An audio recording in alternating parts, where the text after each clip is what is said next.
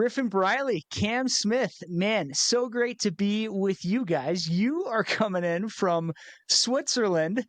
You just did the Bormeo World Cup Olympic test event, and just in a couple days here, you've got the World Championships in Switzerland of ski mountaineering, the sprint, the relay, the individual, all kinds of stuff. Just awesome to be talking with you guys, and also I think in my mind, kind of cool to have just a range of at least U.S. speaking kind of Skimo generations. Not that I'm some accomplished Skimo athlete really, but I I was sort of part of the original like wave of Skimo in the U.S. The gear coming over, and my friends were getting into it, and I was trying it, and we were just fumbling our way through, whether it's the gear, the skills, technique, whatever, and then Cam Smith, kind of one of the next generation. You've been leading the charge for a long time, Cam, and of course you're still at the very top of your game.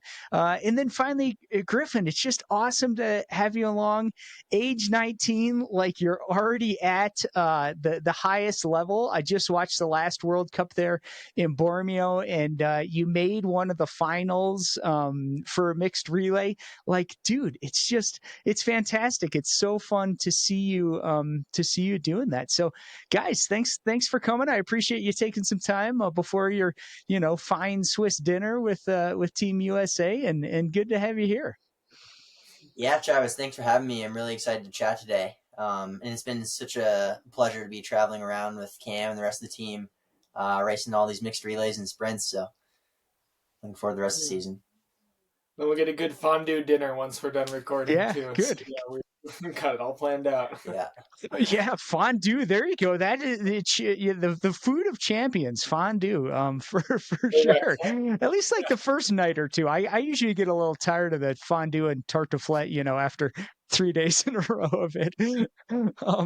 But my first question, guys, I think you two have been spending a lot of time together at many of these events, rooming together. If I had to guess, these are probably not huge suites. Usually they're more hostile type environments. You're pretty close together. You got shit drying out all over the place. The skins, the speed suit. Hopefully you're washing it, but maybe not.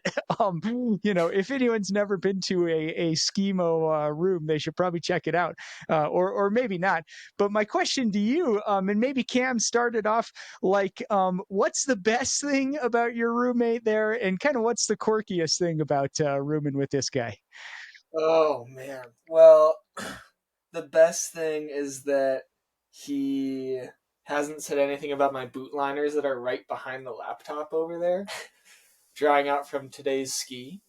And we're on a good we're good at encouraging roommates because we're always like giving each other a hard time about being on our screens and why our feet aren't up and why we're not reading our book and like why isn't your stuff a little more organized. So we give each other a really hard time in a positive way. So that's been good, and this is about as far apart as we are most of the time.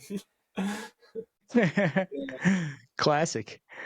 Anything quirky that you're learning about the young man Griffin here? Quirky, so I kind of have my thing with croissants, right? I hope a lot of people listening to this will have been filled in about the croissants by now. Griffin is he's the next generation, right? So he's got to have his own thing. And let me be the first to tell you, it's honey. So we're trying to find a good way to track his consumption because, like, if he has some public honey, at like the cafeteria, it's hard to track like how many liters is that. But I think he's having a tremendous volume of honey ingested into his body every day. Yeah. Early in the season, it was up to about a liter every 2 weeks. So, yeah, so it's quite expensive as well. One of these. Yeah, the good honey is like $15 per half liter in France, but it's totally worth it. Great carbs to fuel my training, or if I'm a little bit under the weather, just a little morale boost. It tastes good and gets rid of the cough. Yeah. Oh man, I love it. Good for you, Griffin. That's a good. I mean, you're right. Not only does it go good on your daily meals, but like just fill up your soft flask with that honey, maybe a little water, and choke it down. Yeah, I like it. exactly. Are you like stealing honey packets, at a cafeteria when they have them, or is it you got a shipment coming in from Utah? Um, What's your supply chain like? no, it's an investment in the Carrefour in Teen, where I'm currently based out of. But yeah, it works well. Good Mm. for training and such. So. Yeah, nice. I like it. You're probably their best customer, Griffin. I've been to that Carrefour in Teen, and for those who don't know, the U.S. audience, this is a supermarket chain. But in Teen, I mean, the word supermarket, as I recall, is a stretch. Like this thing, compared to your like big Walmart, it's like a closet. These places are small, but apparently they have honey. And you're walking down the aisle, you're probably seeing like Jonas Vingegaard, Wout Van Aert in there. Those other these kind of people who go to Teen for a training camp. Is that where you've been most of the winter, Griffin? And how do you like it up there? Yeah, so I've been in Teen since the beginning of October. I've been based out of this alpine ski academy called Apex 2100. And it allows me to live here full Mm, time, in close proximity to all the World Cup races, and have access to the best training in the world. You're living at 2,000 meters, and you can ski right out the door, and I really enjoy it. yeah. Good for you. Fantastic. Yeah. I mean, there's that glacier coming down pretty close to Teen. From the town. Can you get right on snow, or do you need to, bike or hike or take the lift up maybe to hit the snow? Yeah, you can essentially get on snow within walking distance from any apartment in Teen. Nice. And how does that 2,000 meters, so roughly 6,000 feet of elevation, how does that compare to where you're from? I think Utah, and remind us, kind of give us that backstory. Where are you from in Utah? Kind of what's the elevation? How'd you get into Skimo? All that. Yeah, so I originally grew up in Park City, Utah, which is at an elevation of same 2,000 meters, so about 6,500 feet. Um, and so that's actually Yep. quite low back home in the States because the mountains are much higher than 2,000. Um, but here in Teen, it's super crucial to be able to live at 2,000 meters and then race at a significantly lower altitude. Um, So yeah, like living at 2,000 meters and then training above 2,000 meters and then going down for a racing block in Bormeo, for example, which is at 1,000 meters. And I grew up skiing since I was a kid in Park City. I think I learned how to ski when I was 3, thanks to my parents, who were both ski patrollers. And then I got into skimo when I was 13 or 14. My dad took me out for my first ski tour behind Deer Valley, where he used to work as a ski patroller. And things just started to click from there. I began running during the summer as a way to just explore the mountains and get a little fitter, so I didn't get left behind on the skin track when I was just like 13 or so. 6 years ago. Yeah, not it wasn't too long ago. I used to consider myself a youngster, but still a youngster, I guess, according to Cam. So yeah, and then things really It's all started to click. relative. Park City has a really great entryway to winter sports. So I joined the Park City Skimo team through Park City Ski and Snowboard. And is Nina coaching? So Nina was not coaching at the time. The coach is Adam Loomis, but Right. the team was started by Nina Silic, who was a former World Cup winner for Team USA. Nice. And then did you do I know there's another we talked with Sarah Cookler, who's now the head of sport with US Skimo. She also runs the Silver Creek program for adults and youth kind of in that area. Did you connect with that program at some time as well, Griffin? Yeah, so Sarah Cookler runs a really great program. Her team is called Silver Fork. It's up in Upper Big Cottonwood Canyon, Mm. just outside of Salt Lake City. Um, and she's running a really great program with tons of youth getting into the sport, drawing kids from all sorts of different sports, from running, from cycling, from climbing, and kind of developing this passion for the mountains in the younger kids, and also creating the future of Skimo, essentially. All these kids are really talented and have a lot of potential to go far in the sport, thanks to Sarah. And I live really close to the Silver Fork team, so sometimes I'll drive over or come up from the valley for an evening of skiing around together. And it's really cool to see all sorts of ages and um, level of like proficiency in Skimo, I guess. It's a really wide variety of athletes and really diverse group, so And inspiring to see. I think those couple of groups and like the Summit County skiers with Joe and company in Breckenridge and Summit County were really the first like youth dedicated Skimo programs around, and then now they're popping up kind of everywhere. And like Griffin and his cohort are like the first athletes that are like Skimo racers first. Like Travis, for you and I, everyone was like, oh, like, yeah, Travis is an adventure racer and he's getting into Skimo, and so is a cyclist and they're getting into Skimo, and so is a former cross country skier and they're getting into Skimo. Like these are like the first, like, they're Skimo athletes before anything else. And so it's cool to see like now we have those athletes starting to compete as seniors. And yeah, it was like a big step for those programs to start coming up in the US. And then now we're seeing that come to fruition with athletes like Griffin growing up right in front of our eyes and racing the seniors now. Hey, yeah. Super cool. Yeah, I'm more curious about that, Griffin. And apologies again to Silver Fork. I called it Silver Creek again. There's this beautiful creek up in the Monarch Pass area called Silver Creek, and it's always on my mind. But Silver Fork is the fantastic Skimo program. Griffin, curious throughout those years. So you kind of started ski touring sort of beginning of high school, just before high school, age 13, 14. I'm actually my son just turned 14, so I know that age well. As you went through high school, like was Skimo your main thing, or you're also doing any other school sports? Were you doing any racing and running or biking, other endurance sports, or was Skimo kind of just became that main thing sort of from the start? Yeah. Yeah, throughout high school, Skimo was the big thing that I invested all my energy in. Aside from that, though, I did high school cross country freshman year, but I really did not enjoy it. I am not somebody who can just run around a field all day, um, and just look at the times on the watch. So I would usually end up going for a separate run after that. But I also really enjoyed climbing in high school. I'd always go down to the climbing gym or go hang out at the crag when I had a chance.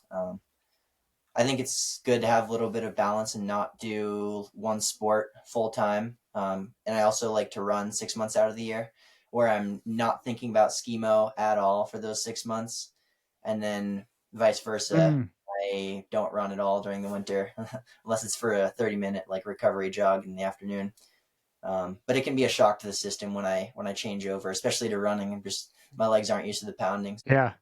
It always hurts that transition back to running because you have the cardiovascular fitness and the strength and the endurance, but the legs aren't quite ready, Yeah, especially for exactly. those downhills at the start.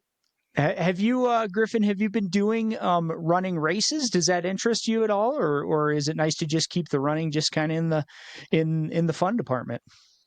I like to keep the running in the fun department for sure, but I also quite enjoy jumping in like local races or some of the bigger like, races. Like Run the Rut at the end of the summer is always a good one. And to see guys like Cam running it too, who also do Mm. Skimo, is super inspiring to me. Um, just gives me something to shoot for. And Griffin, what was that trip you went on this summer, that climbing expedition? Tell us Uh, about that and how that fits into your program. yeah, well, I wouldn't necessarily say it fits in my Well, it program. fits into your mental program. Yeah, it fits into my mental program. Yeah, so this summer, a couple friends and I went down to Peru to climb the Cordillera Blanca mountain range, um, which is this really pretty range in the Ancash region of Peru. So my team or my we had a crew of youngsters, all less than 22 or 21, which included Wesley Perkins, Max Kilcoyne, and Alex Mizzy, um, who are Utah and Colorado locals. And we had some pretty ambitious plans to try link ups that no one has ever done and climb some faces that haven't been repeated in a long time. And unfortunately, the conditions weren't quite as we imagined due to climate change, and we were very late in the climbing season, so conditions were scary. Rock faces, or previously ice routes, were just totally rock now and too dangerous to climb. But we made up for it. We climbed a 6,000 meter peak called Toklarahu, which was really fun. That was the highlight of the trip. Um, and also a few other 5,000 meter peaks that we just did fast and light pushes on, totally alpine style. So that was really cool. It was my first time ever at altitudes that high. I mean, we were sleeping at 14.5, which is, yeah, that was a shock to the body for sure. Meters. Yeah, 4,500 meters ish. Yeah. And I remember we got up there. We went to 14K in one day from the town of Juarez, which is around 10,000 feet. And we hiked all the way up to 14.5 that night and slept there. And we all had perpetual headaches and like body issues from the altitude for about 2 days. But we got over it pretty quick. We're young. Our bodies are like plastic. So we were able to tough it out. Yeah. Man, good for you guys. What an adventure. Yeah, shout out to that whole crew, including Max Kilcoyne, another young man I've known since he was a little kid. Max's dad, Jamie, longtime friend and coaching client of mine, and also recent Super Masters national champion here in the United States. Griffin, man, glad you guys are getting out and doing just cool adventures. So neat. Speaking of the program, that's a question for both you guys. I think Cam is my understanding. I think you're still self-coached. Griffin, how about you? Do you have? I know you guys have a coach in the U.S. ski team. I imagine that's sort of more tactics. What are the team makeup, that kind of thing. Griffin, do you have a coach who's creating training, programming, that kind of stuff? Yeah, so previously, up until this fall, I had not had a coach other than the Adam Loomis, who was just the technical coach for Park City Skimo, and Nick Francis, who filled that role as well. But I really started working with a coach deeply on all the fine tuning of Skimo. His name is Oscar Angeloni. He is the USA Skimo national team this season, Mm-hmm. or coach for the US team this season. Yep. So that has been super helpful in many ways. I mean, I used to kind of stress about what I was going to do for that day, how I could optimize my training plan for the goals ahead, and also being able to learn from Oscar is super helpful. My main motivation for not having a coach when I was growing, or when I was slightly younger, was I really wanted to be a student of the sport. So I enjoyed like reading about physiology and sports, and I think that really helped me get a base. And then Oscar is just kind of reinforcing that and showing me how it's really done. And yeah, he knows so much from having so much experience in Skimo, especially. When you've like taken off in a lot of your like sprint and relay racing in particular, do you attribute that to like some of your tweaks with training that Oscar's made? Yeah, for sure. So I used to not have any interest in the Olympic disciplines, which include the sprint and mixed relay. And as I've kind of grown to like these events more, the motivation to really try to be good in them and be up to par with the rest of the World Cup scene. Oscar has been super helpful with that, because he has so much experience with helping athletes achieve World Cup wins and winning sprint, and especially towards the Olympics, there's a lot more, or like as we approach the Olympics, there's a lot more fine tuning going on with each workout and how we think about things and the transitions, and yeah, no detail left behind. Yeah. Oh man, I love that. And Griffin, thanks for sharing that. I think Griffin, that is some wisdom right there for a young athlete. Like, embrace the sport and have fun and be a student of it. And I think, yeah, don't have too much structure too soon. Sometimes, we see high school athletes, whether it's an endurance sport like skimo or running or cycling, or a traditional sport, basketball, soccer, whatever. Sometimes if there's too much structure and too much, just intensity really too fast, that can create burnout. And it seems to me, here you are, a year and a half out of high school, and you seem pretty pumped about it. And that's awesome. And being excited and being, energized, like that leads to results just as much as doing the right intervals or whatever. Yeah. With, you said, tweaks to your training. Can you give us any examples, like, what is Oscar tweaking? Is it doing the exact right intervals? Is it using heart rate? Is it gear? Is it transition? Is it fueling? What are the things that have helped you recently? Yeah, it's a lot. It's all of those things that you just mentioned. Coming from a background or a background and knowledge that like more is more. So doing huge days in the mountains, like 4 to 6 to 7 hours a day, seemed like the thing to do. And it works for long distance, but also now I'm realizing after working with Oscar that less is more and quality over quantity goes a really long way, Mm, especially towards these yep. shorter events. So sometimes I feel like, oh, like I'm really not doing that much, but in reality I'm doing it right, and I'm doing it the way that optimizes my performance for said sprint and mixed relay events. Can you give us an example of one of the workouts that you've liked? Because one of my favorite things has been to ask you, like, oh, well, what workout did Oscar give you for tomorrow? Or like, oh, you did a hard workout yesterday. Like, what did Oscar give you? And I've really enjoyed hearing some of the formats. So what's one that you've enjoyed? Like, give people an example of a workout you would do for training for like skimo, sprints, and mixed relays. Yeah, well, I mean, if I told you, I'd have to kill you, no. But in all seriousness, one of my favorite workouts. So you do quite a long warm up to build a bit of fatigue in the legs and just get your body like primed, to push hard. And you start with like 20 seconds, and then you do a 1 minute rest, and then 40 seconds, 1 minute rest, and then 60 seconds. So it's like 20, 40, 60, increasing in speed and in time. So it's like a progressive sprint workout, and you do that a couple of times, and it really hits kind of all spectrums of the sprint. Like in that first 20 seconds, you get a lot of like neuromuscular activation, just like pushing as hard as you can. And then the 40 seconds, you're just kind of like hanging on, in the middle of the sprint. And then the 70 seconds is like the last hurrah, just going all out and finishing on the ground. And then you got a couple minutes to recover before you do the next round. But yeah, I really enjoy those kind of short workouts. I like to put some headphones in and just kind of go out there and beat myself up. Well, and just to clarify too, I think you're doing those three consecutively a second time, and then you have a rest, and then you do Yeah, another exactly. 2 rounds. So it's 4 rounds of that same thing. So like 8 minutes of on time total, Yeah, or something like that. And yeah, then a break between that second and third set a little bit. yeah, But you'll roll straight from that first to the second and straight from the third to the fourth.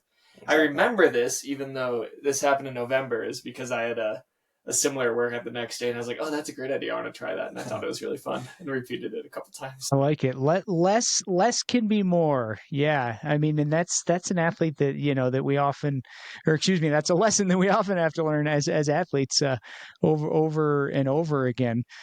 Griffin, when you're doing those pushes, these are super fast. If listeners, if you haven't watched the Skimo World Cup, go to the ISMF YouTube channel, check out these guys and their competitors. Um, the speed is incredible, guys, in these sprint races or the team relay. Like, you're flying. There's a lot of running. It's not clunky running, but it's running with skis and still gliding. It's amazing how you guys do it, but it's super fast. So Griffin, when you're doing these intervals, like, tell me about the cadence and the form. Is it a running form? Is it a, more of the traditional skinning, kick and glide sort of form? Is it a mix of those, depending on what gradient that you're doing? Say more about that. And furthermore, just running in Skimo in general. I feel like there's like more of it, at least watching the World Cup stuff. Yeah, I mean, it's a total mix of both, like depending on the gradient, you're either going to be running, hiking, or just kick and glide, sort of like the gliding is similar to classic Nordic skiing. But yeah, during those intervals, it's like, it's totally different than running just on a trail with trail shoes on. If you try to run with skis on without having tried it before, it's just a mess and it's not going to look very pretty. It's going to be super tiring and really inefficient. But yeah, when you're running at high speeds, for example, like in a mixed relay or in a sprint, it's a full body motion. Your core is engaged, your arms are working, and legs are moving, all in sync. Yeah, it's something that I really like to work on and like redefine based on the demands of each course. So if it's going to be flatter, I'll try to glide more, and if it's like a 10% gradient, I like to run. It's like a mix of a run and glide. But yeah, everybody's different and they have their own stride. But it's definitely something that um, is important in this day and age. Yeah, it's like an interesting jump Yeah, yeah. Oh, in the thinking thanks. of the sport lately too. Like 6 or 8 years ago, if someone was running on their skis, we would kind of be like, "Oh, that like yeah, super fit non-skimo racer they're running, like they can do that, but like they'll learn eventually, like they're gonna burn out and they're not getting the most out of themselves, and like they need to learn some technique." And like it was like running was almost taboo, like it was a sign of like yeah, inefficiency and poor technique. And then as the levels gotten higher and higher and athletes Yep. have gotten more proficient and stronger, it's now it's like an arms race where you have to run. Like you just Yeah, can't keep up in these events. Sprint, relay, vertical, even often in the individual, like you have to run or else you'll get dropped. So like it's really shifted 180 in that way over the last like 5 years or so, I think. yeah, Yeah. No, thanks for sharing that, guys. Yeah, because I know I was that runner who was running on skis in a very inefficient way with clunking, and I just remember the skis like every stride it's coming many inches across off of the ground, and then back down, lots of extra noise. That's not what you want. But Cam, say more about that. Like if someone's listening to this, they're probably not on the World Cup, but maybe they're getting ready for Power of Four or the Eldora race or even the Grand Traverse, that's more gradual with a lot of kick and glide. What should they be thinking about technique wise if they're trying to get this run or maybe just get more glide? Like, what are some of the things that just, kind of the typical Skimo athlete can apply to being better technique wise?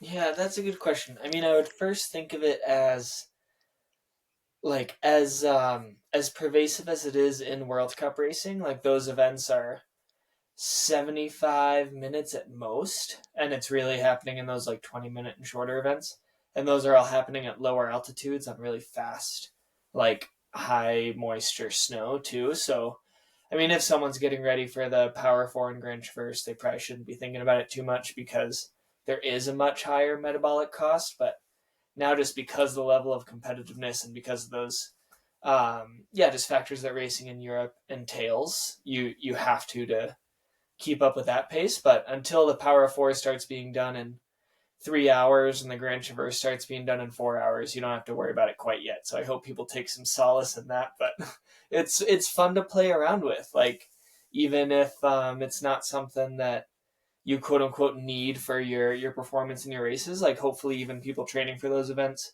play around with doing some shorter races like those weekday ones in Eldora and A Basin, and they're popping up all over the place. I think Utah is a good series for it too. yeah. And those are really fun, and I think people should be stoked to try that, whether they have skinny skis and tight clothing or not. But anyway, that's a whole nother tangent. But like, yeah, I mean, even if you're training for those longer events, you're probably doing some shorter intervals and some good power and technique work, so it should come into play there. But given that caveat, I mean, you want to be really thinking about driving your knee forward, um, and like maintaining as quick and smooth of a cadence as you can. And so, kind of like you mentioned, Travis, with your foot coming way up, like if you feel or hear any clonking and any clonking along the trail, then you know that you're wasting some motion going up and down. I mean, just like someone would with running. And so you want to think about like keeping those feet nice and low, really driving the knee, keeping that cadence high, and then letting the arms do whatever they do. So I mean, if you force trying to single stick each time, like your right hand comes forward with every left foot, your stride might get a little too short, and I start to see people really tense up with their elbows at their sides, and they're just doing little tricep extensions and taking these tiny little steps. Um, and it's not very powerful, right? So like if you're running, it's because you're using Mm. power. And so if you're using power, I want you to think about really driving the knee forward, really trying to cover some ground with each step, and hopefully your arms are staying involved. But I see a lot more like syncopated pulling motions too, like the left pole lands, the right pole lands, and you'll take 4 steps instead of 2, just because otherwise it's hard to maintain the cadence. So I guess the point is like if you're using it, you're using some power, and so you should act like you're using some power. And if you're doing that really light jog with just like little tiny chink chink chink chink chink, just like swinging from your elbows, and you find yourself really struggling to maintain that, you should probably switch back to a good strong gliding and skinning motion. Mm. Thanks for sharing that. That's super helpful. And I would add yet to the listeners, yes, the dynamism. See if you can establish a range of techniques, a range of cadences, just like you might in trail running, where you have fast running, you have power hiking, or maybe in cycling, you got high cadence, you got low cadence, you got you know kind of an in between. It's really important. And I would also say to the listeners, the lighter your gear, especially the boots and the skis, the more range you can have. If you have a heavier setup, or even a quote light setup, but it's not actually the race gear, it's going to be a lot harder to to try these things out. And I would also say, watch these guys, watch these pros, because you will see there's a lot of power. There's technique and there's fluency, but there is power. And I think that's cool to watch. I get another question for you guys while we're in the training minutia about altitude, because if we look at, for example, pro cyclists, my understanding, when they go to at altitude training camp, they're going to sleep high, maybe 2,000, 2,500 meters, but then often go lower to do the high quality intervals, because at that lower altitude, you can simply push harder. You can push more power. You can go faster. And I know that for me, for example, I live in Colorado, just like you guys. When you're at home in the U.S., you live at altitude. I live at 7,000 feet. The snow near me is at 10 to 12,000 feet at Monarch. That's pretty high, and that's great, but it also means like there's significant stress. Like you can't push that much speed or power. And when I went to Europe last year to do a race, and all of a sudden I'm in Arèche, France, at, whatever the elevation is, way lower, that was great because there's more oxygen, but it was also really hard because just that raw speed and power weren't there. So what do you guys think? I mean, I guess parts of the question: if we live in Colorado and we want to push harder, should we go lower? Should we try to set up or explore like a low altitude training chamber, with a treadmill or a bike or something? I think people are doing that. And then maybe furthermore, when you guys are in Europe, you're living at 2,000 meters. Do you ever go down the hill to train so you can really hit it hard? I don't know, Griffin, I'm just thinking out loud. I think Val d'Isere is downhill from Teen. I don't know how much lower it is, but do you go down there to do some intervals and stuff? Any thoughts on all this? Yeah, I'm no doctor or anything, but I think it is pretty beneficial to drop in altitude and sleep as high as you can, especially approaching big events like World Championships in Bormeo. So actually, the past 3 weeks, I was in Teen just before the World Cup in Bormeo, the Olympic test event, and I was sleeping at 2,100 meters, and then on my high intensity days, I would actually ski down to 1,500 meters. I just think there's better oxygen Mm. availability. My legs feel better. I can push at a higher speed for longer with less like physiological stress. Um, and yeah, and of course you have to have all the other things right. So I have to be fueling my sessions well. I have to be eating properly, sleeping properly, and getting all those other little like crucial things. Otherwise, going down in lower altitude wouldn't do much. So It's pretty special to be able to ski down to the altitude that you want to do your workouts at, of just walking out the door and pointing your skis right instead of left, and yeah, dropping a few hundred meters. So I mean, if it's Yeah. pretty amazing.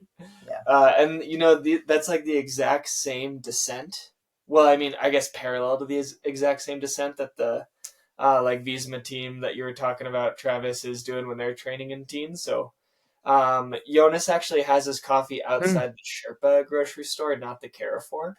It's about 3 doors down around the corner. Okay. We um, should definitely but know that. Yep. If people don't know Jonas, maybe the best bike racer in the world, who's not quite the best bike racer, but might be. Let's watch the tour. but anyway, so for example, those guys are making that exact same descent that Griffin's talking about. They're heading down the valley, doing a lot of their work back there, and then climbing up to finish their session and spend the rest of their time. But like when I'm in Colorado, for example, and training for World Cups, like I can't do that. Like I would drive hours and hours, and it would be unsustainable and wasteful to lose a few thousand feet. And so Yep. I try to make up for that in any way that I can. So what I've ended up doing is really shortening a lot of my interval sessions, really lengthening the rests as much as possible, and then I'm Mm. doing workouts on Yep. much less steep terrain than I used to. So if I can like do quality workouts in a 5 or 10 Mm. percent grade, then maybe if I drop in altitude, I can maintain a similar form, cadence, technique, amount of power on a like a 20 plus percent grade later. So yeah, shorter, faster intervals, longer rests, and then a little shallower grade is kind of how I try to make up for a lot of that. Mm, interesting. That's super helpful, guys. Yeah, going just to double click. Go if you can, especially the high intensity work, lower altitude, higher intensity, more power, and like Cam said, maybe more recovery between intervals, or even just between workouts. That's something I've found. Again, the snow next to me is at 10 to 12,000 feet. Like just being up there a lot. It's like taxing. Even if you're quote used to it, it's just a much harder environment, than something lower, 3, 5, 6,000 feet. um that's super helpful, guys. Thanks for sharing all that. So you mentioned Bormeo, Griffin. Say more about that. This was I enjoyed watching it on TV. It was the Olympic test event, so they created, I think, basically the same courses for the sprint and mixed relay that they'll use, next winter in the Olympics. Man, guys, I loved looking at these. It was like super pro courses, especially the downhill. They got these bank turns and stuff. I mean, it looked like almost like a skier cross. There's a big jump that you fly off, going full speed. Griffin, what did you think of this Bormeo event, and how did it go for you personally? Yeah, it was great. It was super cool to see it all put together. Same course, essentially same time of year as well. Um, and yeah, the course. I think they were building the course like several days beforehand, which is pretty unusual. Usually, it's the night before, the day before. And it was a change in pace for sure. It's all on piste, very formatted, like for the public view. The stairs even had wood on them, which was a first for me. So that was super interesting. And the downhill was banked, almost like a downhill mountain bike track or a pump track. Yeah. Uh, so yeah, things just flowed so much faster than I could have ever imagined. And it also gave us good insight on how to train for next year if we fill that Olympic quota spot, etc. So Well, and let's shout out Griffin here too. So this is as close to the Olympics as it can get, right? Like everything's the same. It's 1 year away, but other than that, it's the same athletes, it's the same teams, it's the same venue, it's the same place you're warming up, it's the same fencing and course marking and it's the same altitude, it's similar weather, it's all those things. So this is like as close as you get to the Olympics. as you can. And Griffin qualified third in the relay, so that's his overall ranking amongst all the other teams. And then was in the B final and raced really well with his teammate Kelly. And then I think one of the greatest sporting events ever that was never televised, and so no one will ever appreciate it the way it deserves to be, is the format for the sprint was there's only going to be 18 athletes in the Olympics, so they basically wanted to have that be the afternoon event, and like that was the Olympic test thing. But normally 30 athletes make it through qualifying, so they had the 19th through 36th qualifiers basically have like a whole nother round of going at each other in the sprint. And Griffin, in sort of a surprise, made it into that bracket. And then, we made it from the heats to the semis. Whoa, we made it from the heats to the finals. And then just as the race went on and on and on, and all the other guys were getting more and more tired, and Griffin was starting out in last of that final heat, and we're like, oh man, he's finally cracked.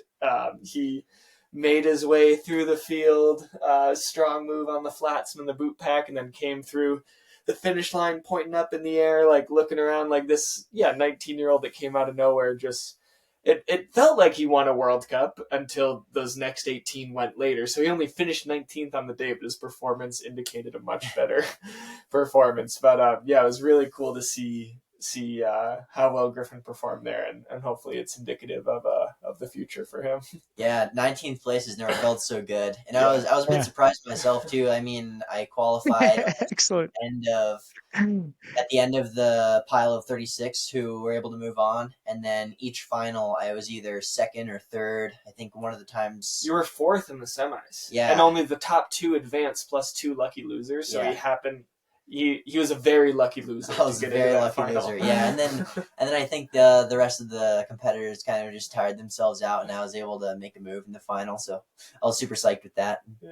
Yeah. And like with the way where we were standing, we couldn't quite see the rest of the event. And it was good that they were testing things out in the morning, because I think the cameras lost the connection a little bit, or some of the drones did. So we actually lost track of him about halfway up the climb, and then for the first part of the descent. But we could see the results popping up. And someone said, like, oh, that's weird. Like, the results are wrong. It says Griffin's in first. And the last we saw him, he was leaving the climb in 6th out of 6. I was like, no, like, those have been accurate the whole time. I think he might be in first. And then he comes around this corner, like, looking around like, there's no one near me. And he realized that he had time to put his hands in the air. It was awesome. It was so cool to see. Yeah, one of the organizers got a photo of me coming around the last switchback, and like I'm like looking to my left, and I'm still in like a speed tuck, and my jaw is just like to the floor. I like couldn't believe it. I was like, what? How did this happen? So yeah, super grateful for that experience. I love it. Way to go. Way to feel that. Cam, thanks for sharing the story. Griffin, congrats. Dude, you crossed the finish line first. That's a win, man. I don't care if it says 19th in the standings. Like, way to go. And that's, as you know, like that can snowball. And congrats to Cam as well. Cam and teammate Jesse Young were in the A final for the mixed relay, and I think that you guys came out ahead of Canada again, which is significant in the World Cup standings. And again, audience, by the time you hear this podcast, we'll probably know kind of more where the World Cup standings are. But guys, it's awesome. And I want to applaud both of you guys just for kind of like you said, Griffin, your core interest or your original interest is in the longer Skimo races, what we might call the individual race, for those who are unfamiliar, maybe 90 minutes to 2 hours or something, and it's off piste and it's technical and there's a whole bunch of climbs and you're boot packing, and it's a real adventure, and it's super cool. Probably that is the heart of Skimo. And I think it's great that you guys have embraced, like, hey, right now, the World Cup, the Olympics, like, this is what's happening. We got the sprint, we got the mixed relay, like, that's what we got to focus on. And you're doing that, and you've figured out how to say, here's a way to have fun and to get results with it. I think that's awesome. Like, I think that's a champion mindset right there. Griffin, can you like talk through that of like how you're balancing it? Like how Travis kind of set us up. I mean, like, I don't think you were thrilled to hear that the sprint and mixed relay were going to be the Olympic events, but here you are having a great time and really enjoying it. And then this summer you were a climbing expedition, and this summer you got more things on your plate. Like, how are you balancing it, and how are you feeling about it all? Like, kind of talk us through where your head's at. Yeah, so originally I was fairly disappointed when I heard about the Olympic disciplines, but after seeing the effort that we're putting in the team and all these different things going into us making the Olympic quota spot, it's actually really inspiring, and it's given me a lot of motivation to try my best. Because I mean, and it's a change for sure, because when I got into Skimo for the mountains, for the romance, for the like love of just being out like on a ridge or on a really nice skin track. But it's really hard to grow without change, and I think the change is for the better, for the moment. So yeah, it's been really cool to kind of balance that with also sort of this different version of Skimo that's packed into a 2.5 minute sprint or a 7 minute relay. And yeah, what do you think about it? Like, Yeah, I mean, we've been having this conversation all winter long, and I think the takeaway that the two of us have come to is we're having a ton of fun yeah, doing it. Like, the races are intense and Mm. fast and hard and competitive, and it's fun to compete with a lot of the same people week to week. And then we're so excited for our selves and teammates and our competitors at the end of it. Like Travis, you mentioned trying to beat Canada, because like whichever team is top ranked in the Americas will automatically qualify for the Olympics. But like, we're so excited to see them succeed, and they're so excited to see us succeed. And yeah, like, it's just really fun and exciting. There's a great camaraderie around it, and it's really far from what we originally like fell in love with. But like, Monday through Friday, we're trying to find some powder to ski and find some summits to stand on. And in the spring, summer, and fall, we're doing like big volume training blocks and exploring, and Griffin's on climbing trips. And yeah, we're spending those big days out in the mountains then. So like, I think, yeah, I mean, you asked Griffin, like, the conclusion that we've both kind of talked about is like, why not enjoy it all? Like, just like we like cross country skiing and downhill skiing, and we like ski touring, and we like racing, like, we can love it all. And like, the bottom line is, regardless of how different it is from pure ski mountaineering, we're both having a ball. yeah, and loving it. And hopefully that can exist in addition to the true romantic form of skimo and ski mountaineering that hopefully this Olympic push draws some interest in globally, and it just gets more people out in the skin track and skiing powder, and pushing themselves in the mountains in a pure way as well. Mm. Man, I love it, guys. More wisdom there.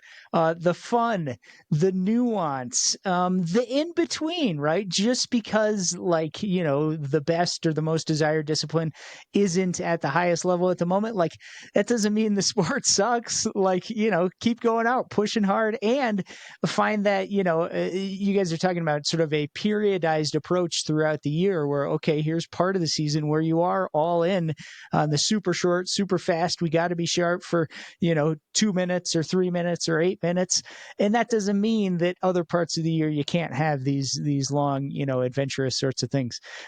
Man, guys, such good stuff. As we wrap up, Cam, any rapid fire questions for your friend Griffin there?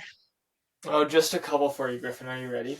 I hope so. Okay, so like, what we've been doing so far is an individual race, and now you're going into sprint mode. Okay. So these are quick, okay? Okay. Ready? Yeah. Tell us your favorite thing to eat when you're I like you started to. What were you gonna say? I was gonna say ice cream, because that's my favorite thing to eat. Okay. When I'm training, I like chocolate bars and dates. Yeah, it's my go-to. Okay. It's easy, simple. Build us your perfect ski boot binding setup for a powder day in the sun with friends. Fun fact, I actually don't have powder skis. I'm the 6,500 foot is the biggest ski that I own at the moment. It's not. It's not. I haven't skied the 86s yet. Griffin finally graduated to a pair of 86s. Yeah, I know. I get a lot of grief about it back home. My ideal ski for a powder day would be an Atomic, 86 underfoot with ATK bindings and Pure Genou boots. Which bindings? Which boots? ATK race bindings without the brake, and then Pure Genou black boot or Pure Genou race boot. Given that it's carbon, it's really light and also really warm and performs well, super stiff. So You're not going to put mountains on that setup? I don't have mountains. Yeah, but this is your dream setup. My dream setup. Oh man. Okay, you got knocked out of this sprint. You didn't qualify. Next sprint. Lucky loser. Tell us your favorite place to go skiing. My favorite place that I've skied is probably Broads Fork in Big Cottonwood Canyon. Okay, lastly, tell us somewhere that you haven't skied yet that you do want to go. I'd really like to ski, like local or anywhere in the world. I'm about to pass you. I'd really like to ski Lone Peak Cirque or the northeast face of Lone Peak this spring. Awesome.